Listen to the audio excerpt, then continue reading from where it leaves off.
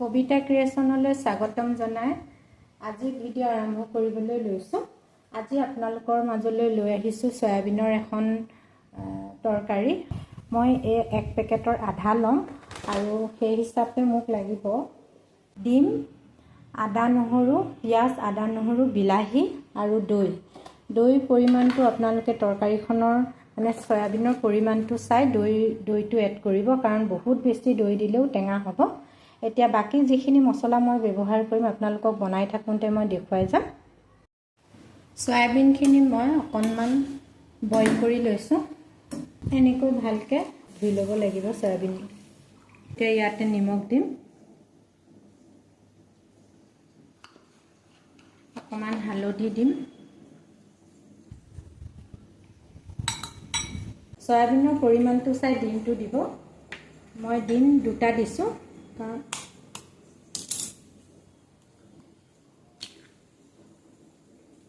মানে সয়াবিনখিনিৰ লগত ডিমখিনি ভালদৰে মিক্স হৈ যাব লাগিব। তেতিয়া সয়াবিনখিনিত ডিমটো ভালদৰে সোমালে তৰকাৰীখন খায়ো ভাল লাগিব।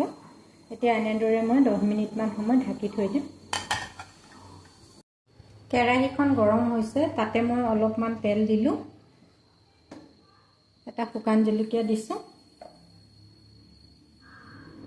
পাঁচফোৰণ দিছোঁ, অলপমান পিঁয়াজ, আদা নহৰু পেষ্টটো দিছোঁ,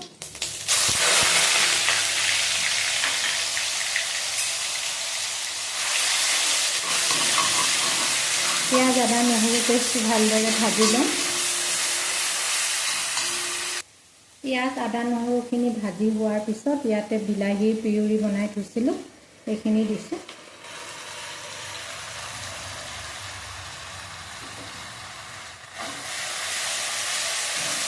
কাৰণ বিলাহীৰ পৰিমাণটো মই অলপ কমাই দিছোঁ, যিহেতু দৈ দিম। বিলাহীৰ পৰিমাণটো বহুত বেছি দিলেও টেঙা লাগিব। এতিয়া ইয়াতে মই নিমখ দিম। নিমখটো অলপ কমাই দিছোঁ, যিহেতু অলৰেডি মই তাতে অলপমান নিমখ দিছোঁ সয়াবিনত, সেইটো কাৰণে অলপ কমাই দিছোঁ। হালধি দিছোঁ, জিৰা গুড়ি দিছোঁ, ধনিয়া গুড়ি দিছোঁ আৰু অকণমান কাশ্মীৰী জলকীয়াৰ গুড়ি দিছোঁ। গোটেইখিনি ভালদৰে ভাজি ল'ম। এতিয়া বিলাহীখিনি ভালদৰে ভাজি ল'লোঁ, আৰু ভাজি লোৱাৰ পিছত বিলাহীৰ কালাৰটো চেঞ্জ হৈ যায়, খুব ধুনীয়া এটা কালাৰ হৈ যায়। মানে তেতিয়াই গম পায়, বিলাহী কালাৰটো চেঞ্জ হ'লেই গম পায় যে বিলাহীখিনি ভাজি হৈ গৈছে আৰু খুব ধুনীয়া এটা কালাৰ হৈছে। চব এতিয়া ইয়াতে মই 10 মিনিটৰ কাৰণে মই থৈ দিছিলোঁ ঢাকি, এতিয়া সেইখিনি দি দিম। ডিম দিয়া আছে, সেইটো কাৰণে কেঁচা গোন্ধটো যোৱালৈ ভালদৰে ভাজিব লাগিব, যাতে কেৰাহীত লাগি নধৰে, সেইকাৰণে ঘনাই লৰাই থাকিব। মই সয়াবিনখিনি অলপমান ভালদৰে ভাজি ল'লোঁ আৰু অলপ সময়ৰ কাৰণে মই ঢাকি দিছোঁ। এতিয়া মই দৈ মিশ্ৰণটো বনাই লওঁ। ইয়াতে প্ৰথমতে অকণমান নিমখ দিম, অলপমান হালধি দিছোঁ, অলপমান জিৰা গুড়ি দিছোঁ, অকণমান ধনিয়া গুড়ি দিছোঁ আৰু অকণমান কাশ্মীৰী জলকীয়াৰ গুড়ি দিছোঁ। আৰু ইয়াতে এটা মেইন আপোনাৰ বস্তু হ'ল অকণমান চেনি দিব লাগে। চেনি যদি অকণমান দিয়ে তেনেহ'লে এই তৰকাৰীখন মানে খাবলৈ খুব সোৱাদ লাগে। জ্বলা, মিঠা, টেঙা দুইটাৰ ফ্লেভাৰ এটা খুব ধুনীয়া আহে। সেইটো কাৰণে এই তৰকাৰীখন বনালে চেনি অকণমান দিব লাগে। অকণমান চেনি দিছোঁ, বেছি দিয়া নাই, 1 চামুচ দিছোঁ। এতিয়া এই গোটেইখিনি মই ভালদৰে মিক্স কৰি ল'ম। আৰু দৈ মানে গোটা গোটা হৈ থাকিব নালাগে, একেবাৰে ভালদৰে মিক্স হ'ব লাগিব। দৈখিনি মই ভালদৰে ফেটি ল'লোঁ, আৰু চাওকচোন কাষৰ পৰা দেখাই দিছোঁ, একেবাৰে দৈ গোটা গোটা হৈ থাকিব নালাগে। চাওক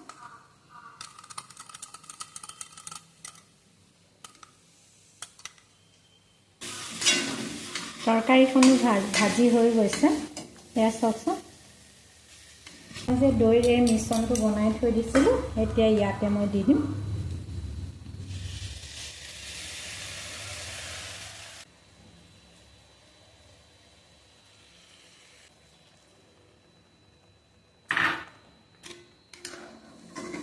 এতিয়া এনেকৈ দৈৰ এই মিশ্ৰণটো দি পিনে অলপ সময় উতলিব লাগিব।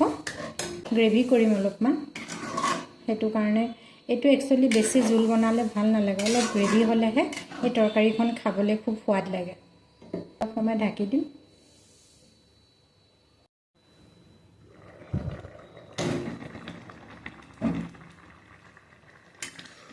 কালাৰটো চাওকচোন কি ধুনীয়া হৈছে, আৰু চয়াবিনখিনিও বহুত ধুনীয়াকৈ সিজি গৈছে। এয়া চাওকচোন, খুব ধুনীয়াকৈ সিজিছে।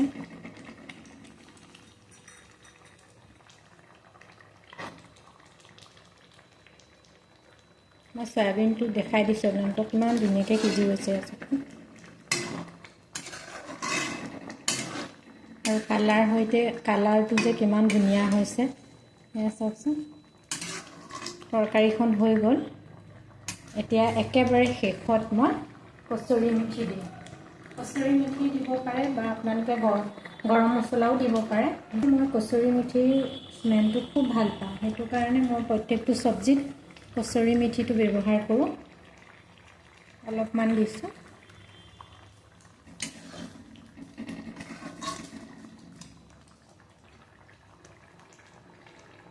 যিহেতু তৰকাৰীখন হৈ গ'ল, কমপ্লিট হৈ গ'ল বনোৱা, অকণমান ঢাকি থৈ দিছোঁ। অলপ পিছত আপোনালোকক দেখুৱাম। একেবাৰে শেষত আপোনালোকক পৰিৱেশন কৰি দেখাইছোঁ। কালাৰটো চাওকচোন কি ধুনীয়া হৈছে, আৰু এই তৰকাৰীখন খাবলৈ সঁচাকৈ কৈছোঁ খুব ভাল লাগে। আপোনালোকে এবাৰ এনেদৰে বনাই খাব। যদি মোৰ এই ৰেচিপিটো আপোনালোকে ভাল পায়, তেনেহ'লে এটা লাইক দিব, কমেণ্ট কৰিব, শ্বেয়াৰ কৰিব, আৰু লগতে মোৰ চেনেলটো ছাবস্ক্ৰাইব কৰিব বুলি আশা কৰিলোঁ। চাওকচোন কালাৰটো কিমান ধুনীয়া হৈছে।